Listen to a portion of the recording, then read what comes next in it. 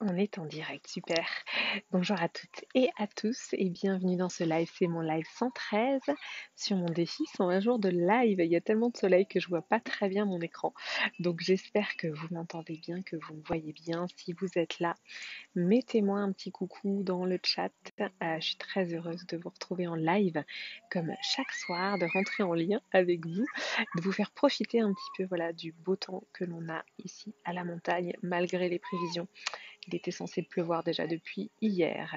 Donc si vous êtes là, quand vous êtes là, mettez-moi un petit signe, voilà, que je rentre en lien avec vous. Pour celles et ceux qui ne me connaissent pas, je suis Clémence Martin, je suis la fondatrice de The Positive Place et dans ces lives, je vous partage des notions de développement personnel, même si ce terme est un petit peu galvaudé. Pour moi, je considère que c'est aussi reprendre son pouvoir intérieur, c'est renouer avec cette vie intérieure, avec cette intériorité. C'est vraiment ça en fait. Donc dans ces lives, voilà, je vous partage des notions, je donne à voir des choses, je mets en lumière. Donc si ça vous parle, vous pouvez me mettre le petit hashtag replay quand vous regardez en replay. Et si vous êtes là en live, faites-moi un petit coucou.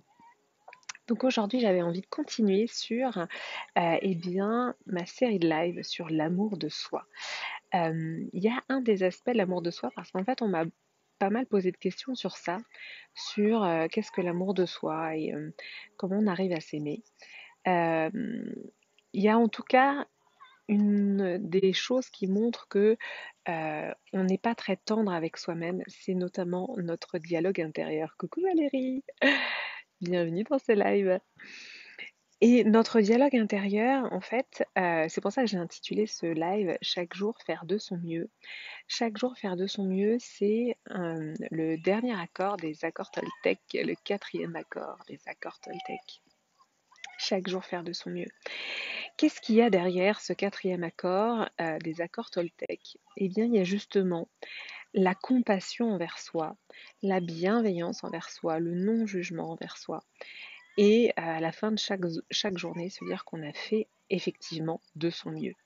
Ce que j'aime beaucoup dans les accords Toltec, c'est que ça paraît très simple, évidemment, oui, chaque jour faire de son mieux, on l'a toujours entendu.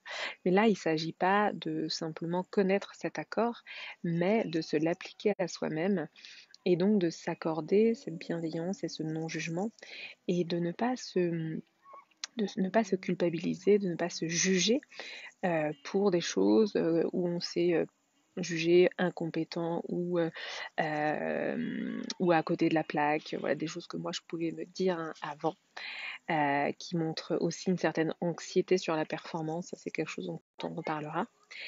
Et donc, par exemple, qu'est-ce qu'il peut y avoir comme symptôme? Parce que quand on a ce type de réflexion vers soi-même, eh bien, par exemple, on peut culpabiliser d'une situation, d'une interaction relationnelle qu'on a eue avec quelqu'un. On peut se culpabiliser, on peut être déçu de soi-même. Et donc, qu'est-ce qu'on va faire? On va faire en sorte de ne pas réitérer la même situation. On va créer des catégories, on va catégoriser voilà, différentes situations et donc on va, pour éviter de souffrir, pour éviter de ressentir à nouveau, cette déception ou cette culpabilité. Donc tu me dis Valérie, c'est ce que tu pensais avant de les lire. Les appliquer, c'est autre chose. Voilà, exactement. Les accords Toltec, hein, tout le monde connaît quasiment. Si vous ne connaissez pas, évidemment, c'est une lecture que je vous recommande. Tout le monde connaît, mais les appliquer, c'est encore autre chose. Et c'est ça que j'aime beaucoup dans le développement personnel, c'est que ça paraît simple, ça paraît simpliste, mais en fait c'est extrêmement profond à partir du moment où vraiment on essaye de les appliquer. Et vraiment avoir cette indulgence envers soi-même, de chaque jour faire de son mieux, et bien voilà, c'est pas si simple. Donc en effet, qu'est-ce qui va se passer potentiellement quand on a vécu une situation qui, qui s'est peut-être pas bien passé, où on a eu une réaction d'une personne, une réaction désagréable ou quelque chose qui s'est pas passé comme on l'avait prévu. Eh bien, on va être déçu, on va se culpabiliser, on va se dire ah mais j'aurais dû faire ça, et puis j'aurais dû dire ça, et puis mince, et on a envie de remonter le temps, on a envie de remonter, ouais, de remonter dans le temps et de faire autrement. Et c'est là qu'on va commencer à mal se parler, c'est là qu'on va commencer à se dire mais je suis trop nulle, mais pourquoi j'ai fait ça, etc.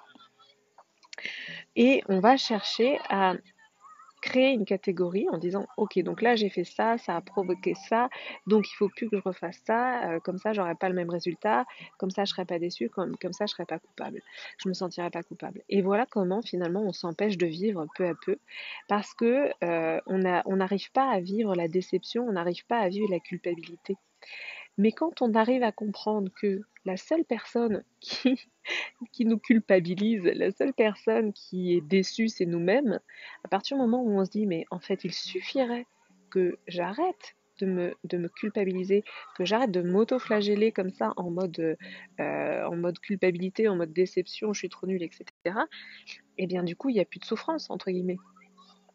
Encore une fois, je sais que c'est simple à dire et que c'est encore une autre paire de manches à faire, mais c'est là où l'amour de soi intervient. La compassion envers soi, ne pas se juger pour ce qu'on aurait pu dire ou faire. Voilà, la situation est arrivée, c'est fait, donc voilà, on passe à autre chose, euh, ou plutôt avec compassion, on dit voilà, j'ai fait de mon mieux. Euh, on peut réparer aussi, imaginons, on a mal parlé à quelqu'un, on peut toujours aller légender, j'aime beaucoup ce mot de légender, c'est-à-dire qu'on va aller voir la personne, on va expliquer par une forme de légende, voilà, j'ai eu tel comportement parce que ci, parce que ça.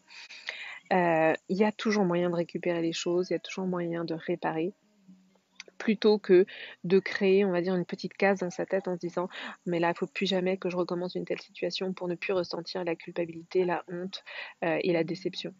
Et en fait, on fait tout ça, c'est-à-dire qu'on crée des genres de petites fiches mentales sur différents comportements et c'est comme ça que petit à petit, on se ferme à différentes situations et qu'on en arrive à vivre de moins en moins de choses et à vivre tout recroquevillé comme ça au lieu de vivre pleinement en expansion.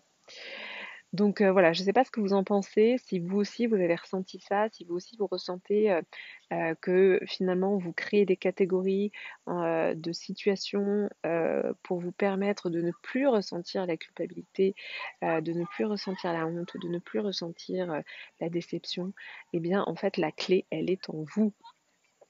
Exactement, super Valérie. Quand on a intégré ça, ça change la vie. Bah voilà, c'est exactement ça. La clé, elle est en vous et c'est simplement de vous accorder cet amour-là. Je sais que c'est pas simple, c'est des mécanismes et c'est enfin, beaucoup de travail. Non, j'ai pas envie de vous donner le sentiment que c'est inaccessible parce que c'est totalement accessible. Mais voilà, ça demande une attention particulière. Donc, c'est quelque chose qu'on fait dans l'expérience de la femme solaire expérience.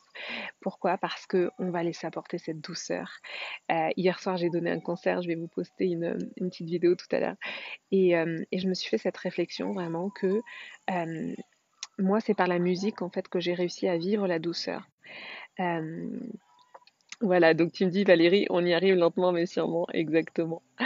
Donc moi, c'est par la musique que j'ai réalisé que j'avais besoin, envie de vivre la douceur. Et quand je fais des concerts, j'emmène les gens avec moi dans cette douceur. C'est comme si je créais une bulle, une atmosphère de douceur et que voilà, j'emmenais les gens avec moi. Et en fait, c'est énorme parce que vraiment la musique, ça a beaucoup de place pour moi. Et c'est ça qui a donné le ton aussi de la suite de ma vie. Et c'est comme ça que j'ai vraiment avancé vers la douceur. Et dans les espaces que je crée, c'est des espaces de douceur. Donc c'est, encore une fois, emmener les gens avec moi dans cette douceur d'une autre manière. Mais le parallèle entre la musique et les espaces que je crée pour les femmes, pour moi, il est évident.